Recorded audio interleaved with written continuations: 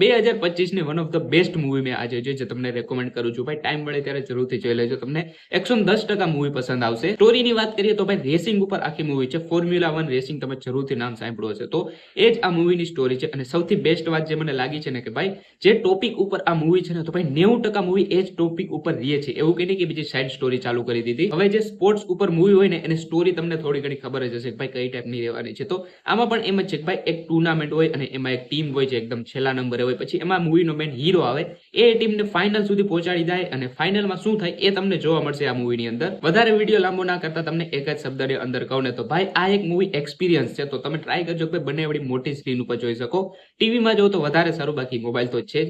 એકદમ proper experience ભાઈ, ગાડીઓનો અવાજ ને જે રેસિંગ ને જે ઇન્ટેન્સ રેસિંગ બતાવી છે ને ભાઈ, તમને મજા આવી જાય. ભાઈ આનાથી વધારે વખાણ કરી તો તમે કહેશો ભાઈ તું બહુ વખાણ કરો યાર. તો મૂવીનું નામ તમને જણાવી દઉં, F1 ધ મૂવી. આરામથી તમને જોવા મળી જશે હિન્દી ડબની અંદર. મને ખબર છે તમને જુગાડ કરતા તો બહુ આવડે. તો જોયા પછી ભાઈ એકચ્યુઅલમાં કોમેન્ટ કરજો આ રીલની અંદર કે ભાઈ તમને આ મૂવી કેવી લાગી, અને તમારા મિત્રો સાથે આ રીલ શેર કરી દેજો.